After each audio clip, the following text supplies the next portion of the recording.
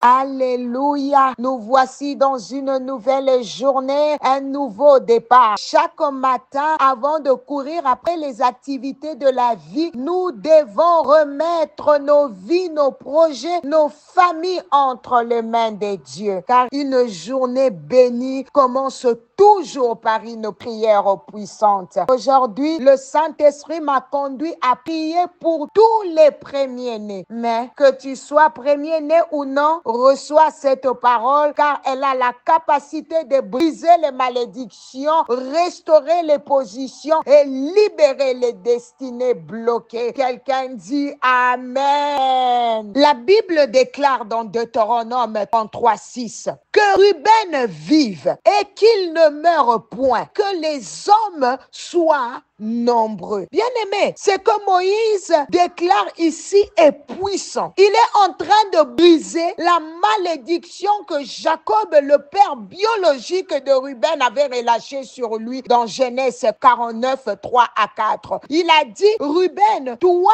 mon premier-né, ma force est les prémices de ma vigueur, supérieur en dignité et supérieur en puissance, bouillonnant comme les eaux. Tu n'auras pas la prééminence, car tu es monté sur la couche de ton père. Ruben, le premier-né, c'est lui qui était censé être le chef, le modèle, le sacrificateur de la maison, a tout perdu à cause d'une seule erreur. Bien-aimé, aujourd'hui encore, les premiers-nés dans nos familles sont des cibles spirituelles. Voici, bien-aimé, tu vas comprendre certaines réalités. Certains premiers-nés vivent sous une malédiction silencieuse.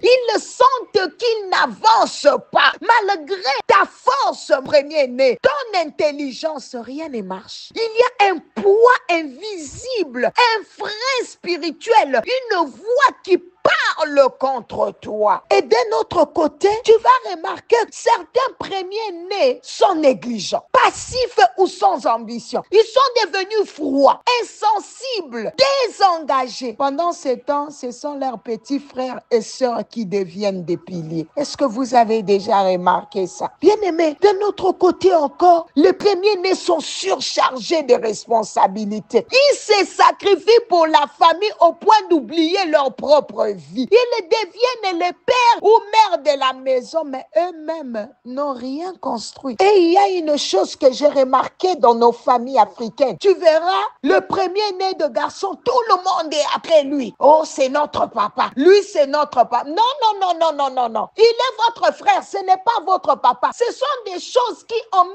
un poids sur la personne et tu te sens parfois redevable à ta propre famille. Tu es l'aîné de fille et on te dit, elle, c'est notre maman. Elle, c'est notre... Come on, come on. On te met un esprit de servitude déguisé. C'est pour cela que tu vas remarquer, certains garçons premiers-nés ont dû entrer dans des deals sales, du banditisme, des dettes, juste pour payer les frais de scolarité de leurs petits frères et sœurs. Ils ont brûlé leur jeunesse pour bâtir la vie des autres. Aujourd'hui, ils n'arrivent à stabiliser leur propre destinée. Ils ont vécu dans une forme de servitude spirituelle parce qu'ils se sacrifient, travaillent dur, mais ne voient aucun fruit personnel. Tout va vers la famille. Ils sont considérés comme des piliers, mais au fond, ils sont fatigués, vidés, oubliés. Oh mon frère, réveille-toi. Mon frère, tu te retrouves dans les magouilles. Pourquoi? Parce que tu dois envoyer de l'argent à la maison, payer le loyer de maman. Aujourd'hui, tu vis une vie instable, sans fondement solide, traumatisé par les dettes morales et spirituelles. Je prie que le Seigneur te donne l'équilibre. Je prie que le Seigneur te donne la révélation. Bien-aimé, ce n'est pas mauvais d'aider la famille, mais il faut le faire avec le Saint-Esprit afin que tu restes équilibré. Les premiers-nés, vous n'êtes pas les serviteurs des autres, parce qu'il y a des premiers-nés qui ont tout donné à la famille, leur temps, leur argent, leur vie. Mais maintenant, ils sont épuisés. Plus personne ne le regarde. Ils sont oubliés. Ils sont isolés, vivant dans une forme d'esclavage émotionnel et spirituel. Que Dieu nous aide à comprendre les choses. Oh mon Dieu. Certaines jeunes filles premières-nées ont été exposées à cause de leur beauté. Les parents les ont envoyées vers les oncles, les hommes riches. Va là-bas, amène quelque chose. choses pour nourrir la maison. Elles sont devenues prostituées de famille, sacrifiées pour la survie de la maison. Mais aujourd'hui, elles portent des blessures profondes. Que la main de Dieu te localise et guérisse toute blessure intérieure au nom puissant de Jésus. Tu es là, te vendre pour payer les frais de tes petits frères, pour soutenir une mère veuve, pour maintenir l'honneur familial. Aujourd'hui, peut-être que tu es là, ta vie est détruite, tu es mal comprise. Je prie que le Seigneur, qui connaît toutes choses, te restaure au nom puissant de Jésus. Ce n'est pas encore trop tard. Dieu est là ce matin. Il m'a envoyé pour te dire qu'il peut refaire ta vie. Bien-aimé, dans nos familles africaines, quand l'aîné naît, les parents sont tellement fiers qu'ils l'exposent partout, aux voisins, aux étrangers, à la famille élargie, sans le savoir. Ils les livrent cet enfant comme une offrande au regard jaloux, aux esprits de sorcellerie, aux alliances familiales maléfiques. L'enfant devient cible, attaqué, étouffé dans son potentiel. Parents étaient tellement contents de la voir. Voici mon fils, voici ma fille. Cette exposition précoce a attiré beaucoup de choses. Nous devrons faire très attention. Il y a aussi des premiers-nés gâtés, hyper dépendants, trop couverts par les parents. Ils sont devenus incapables de se prendre en main. Tout le temps, papa, papa, maman, maman.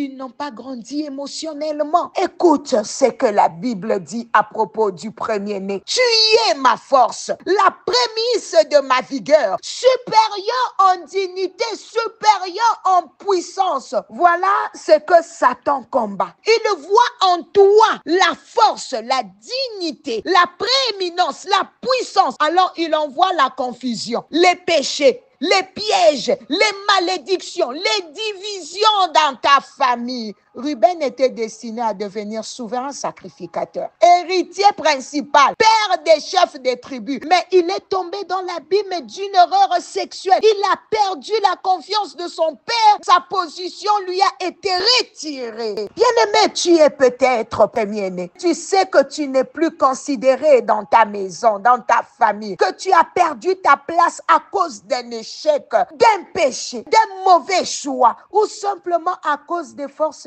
spirituelle. Mais aujourd'hui, comme Moïse, je viens déclarer sur toi que tu vives et que tu ne meurs pas, quelle que soit la parole que ton père ou ta mère a prononcée sur toi, par colère, par blessure ou par ignorance. Aujourd'hui, je l'annule au nom puissant de Jésus. Déclare après moi. Dis, je brise toute malédiction prononcée contre ma vie, contre ma place de premier-né. Au nom de Jésus, continue, dis, je détruis toute voix satanique qui parle contre ma destinée au nom de Jésus. Je déclare que je vis, je ne mourrai pas. Je suis la prééminence de Dieu. Je suis supérieur en dignité et en puissance. Bien-aimé, commence à récupérer ta place. Récupère ton autorité. Récupère ton héritage. Au nom de Jésus. Un premier-né est en train de prier. Allez, prie pour ton enfant premier-né. Prie, prie, prie, prie. La Bible dit, celui qui cache ses transgressions ne prospère pas. Mais celui qui les avoue et les délaisse obtient miséricorde. Tu as peut-être frappé ta mère. Tu as insulté ton père. Tu sais qu'ils t'ont maudit. Si tu as demandé pardon et qu'ils t'ont libéré, alors bien-aimé, ne te culpabilise plus. Ne confesse plus la malédiction. Confesse les pardons. Proclame la restauration car Jésus t'a pardonné et sa croix a effacé l'acte dans l'ordonnance. T'es condamné. En cette matinée de mardi, je prophétise. Bien-aimé, tu vas vivre. Tu ne seras pas enterré prématuré. Tu reprendras ta position dans la famille. Tu verras l'œuvre de tes mains s'épanouir au nom de Jésus. Bien-aimé, laisse-moi te dire que tu seras respecté, honoré et réhabilité au nom de Jésus. Reçois la restauration au nom de Jésus. Marche dans ta éminence. Tu es fort, tu es capable, tu es béni, tu es la première et non la queue au nom de Jésus. Les diables voulaient t'humilier, te faire tomber, t'enlever la place qui est la tienne. Si tu reconnais que tu as failli, bien-aimé, que que tu as blessé tes parents, que tu as déshonoré ta famille, repens-toi. Parce que le diable ne veut pas, c'est que les premiers-nés prennent sa place. Bibliquement, mon bien-aimé, tu es la force de la maison. Tu es le prémisse de la vigueur, supérieur en dignité, supérieur en puissance, héritier de la prééminence. Regarde Ruben, il a tout perdu à cause d'une faute. Et une seule parole du Père l'a détruit. Toi aussi, peut-être que tu as entendu des paroles comme tu ne réussiras jamais. Tu es une honte. Tu nous as tous ruinés. Tu nous as tous déçus. Et ces paroles sont devenues pour toi des verrous spirituels, des liens invisibles qui bloquent ton avancement. Mais ce matin, Dieu t'envoie une parole comme Josué. Il dit, lève-toi et prends courage. Tu n'as pas besoin de plusieurs discours. Une seule parole de Dieu suffit pour te relever. Comme a dit Moïse, que Ruben vive. Je te dis ce matin que Nicole vive, que Eric vive, que Naomi vive, que tu vives, que tu ne meurs pas. Alléluia. Que ta destinée revive maintenant au nom de Jésus. Je brise toute malédiction parentale, toute alliance de sorcellerie familiale contre ta vie au nom de Jésus. Bien-aimé, récupère ta dignité, ta vigueur, ta puissance, ta prééminence. Tu n'es plus un esclave émotionnel. Tu es un fils, une fille de Dieu. Et pardonne à ceux qui t'ont utilisé. Libère-toi du passé. Au nom de Jésus, tu es béni, tu es utile, tu es la tête et non la queue. Au nom de Jésus. Premier-né, tu n'es pas fini, tu n'es pas oublié, tu es important, tu es visé car ta position est stratégique. Aujourd'hui, Dieu te restaure, que les premiers-nés revivent et qu'il ne meure pas. Que Dieu vous bénisse. C'était bien l'humble servante de l'Éternel, Maman Nathalie Lukula. À demain par sa grâce. Bye bye.